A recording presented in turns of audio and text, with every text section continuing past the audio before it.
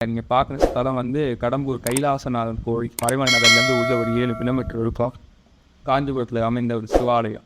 இங்கே வந்து சுவாமி பெயர் கைலாசநாதர், அம்பாள் பாலாம்பிகை சமேத கைலாசநாதர் சுவாமி.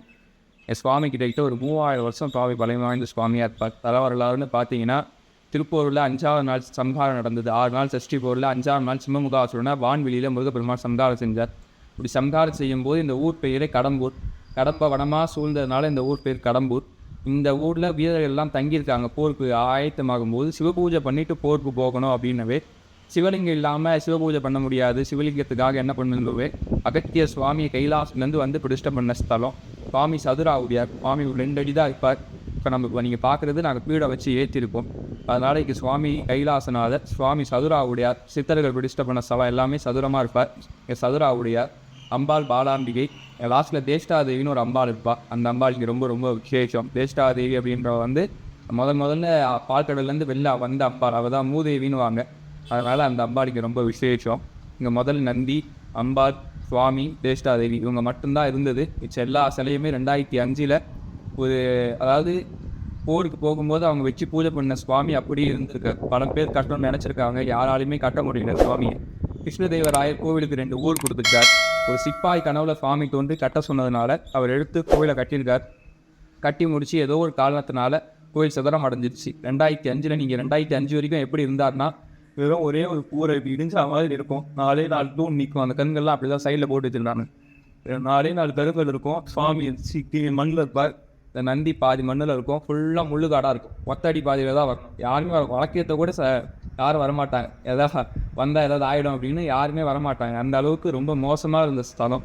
அதுக்கப்புறம் பல பேர் எடுத்து முடித்து ஒரு டிஎஸ்பி சம்பந்தம்னு பேர், அவர் தான் எடுத்து ரொம்ப கஷ்டப்பட்டு கும்பாபிஷேகம் பண்ணி இப்போ 2019 கும்பாபிஷேகம் ஆச்சு. 2005 சுத்தம் பண்ணி பல வருடம் கட்டி முடித்து 2019 தான் கும்பாபிஷேகம் ஆன கோவில்.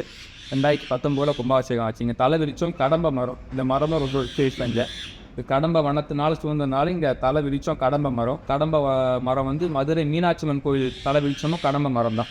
அதனால் அந்த தலை விரிச்சோமும் இங்கே ரொம்ப ரொம்ப விசேஷம். இங்கே வந்து என்ன விசேஷம் அப்படின்னா, இங்கே அம்பாள் கிட்ட வந்து நம்ம கல்யாண பிரார்த்தனை வைக்கலாம். 6 நாள் சஷ்டி இங்கே ரொம்ப விசேஷமாக நடக்கும். திருக்கல்யாணம் நடக்கும். அங்கே திருக்கல்யாணத்தன்னைக்கு, அதாவது அம்பாளுக்கு ஆடிப்பூரத்தன்னைக்கு வளையல் ஃபுல்லாக வளையல் அலங்காரம் நடந்து வழக்கு பூஜை நடக்கும். இங்கே அந்த வழக்கு பூஜையில் கலந்துட்டு கல்யாணம் ஆகாதவங்க, குழந்தை பாக்கியம் வேணுன்றவங்க, நம்ம விரதம் இருந்தோம்னா, சஷ்டி விரதமோ அம்பாளுக்கு ஆடிப்பூர விரதம் இருந்தால் அடுத்த வருஷத்துக்குள்ளே அவங்களுக்கு திருமணம் ஆகிடும். இங்கே நிறைய பேருக்கு அந்த மாதிரி ஆகிருக்கு. இங்கே ரொம்ப ரொம்ப விசேஷம் தான்.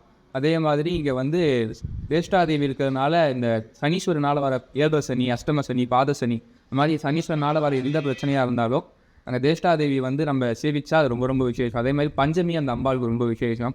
பஞ்சமிக்கும் பூஜை நடக்கும். அந்த அம்பாள் கிட்ட வந்து நம்ம கடன் பிரச்சனை, கடன் தீராமல் இருக்குது, இல்லைனா நமக்கு வர வேண்டிய காசு வரணுன்றவங்க பஞ்சமியில் வந்து பூஜை பண்ணி அம்பாள்கிட்ட ஒரு தட்சணை 100 ரூபா 11 ரூபா வச்சு அதை காசு எங்கே சேரணுமோ அங்கே எடுத்து போய் வைப்பாங்க. அந்த மாதிரி அங்கே பஞ்சமி பூஜை இங்கே ரொம்ப தேஷ்டாதேவிக்கு நல்லா நடக்கும். கோவில் தினமும் திறக்கிற நேரம் பார்த்திங்கன்னா காலையில் 7:30 ஒரு 10:30 மணி வரைக்கும் இருக்கும். சாயந்தரம் 5 7:30 வரைக்கும் தினமுமே இருக்கும். விசேஷ நாள்னால் பிரதோஷம், பௌர்ணமி 2 நாளுமே விசேஷமாக இருக்கும். சனி பிரதோஷம்லாம் ரொம்ப விசேஷமாக எல்லா ஜனமும் வந்து அன்னதானம்லாம் வளர்க்கப்படும். அன்னாபிஷேகம், சிவராத்திரி, இந்த மாதிரி எல்லா நாளுமே சுவாமிக்கு விசேஷமான கார்த்திகை தீபம் இங்கே எல்லாமே அதெல்லாம் சிறப்பாக நடக்கும். ஒரு 3000 4000 பேர் வருவாங்க அன்றைக்கெலாம் வந்து சுவாமியை பார்க்க. சிவராத்திரி இங்கே ரொம்ப ரொம்ப விசேஷமாக 4 கால பூஜையும் நடக்கும்.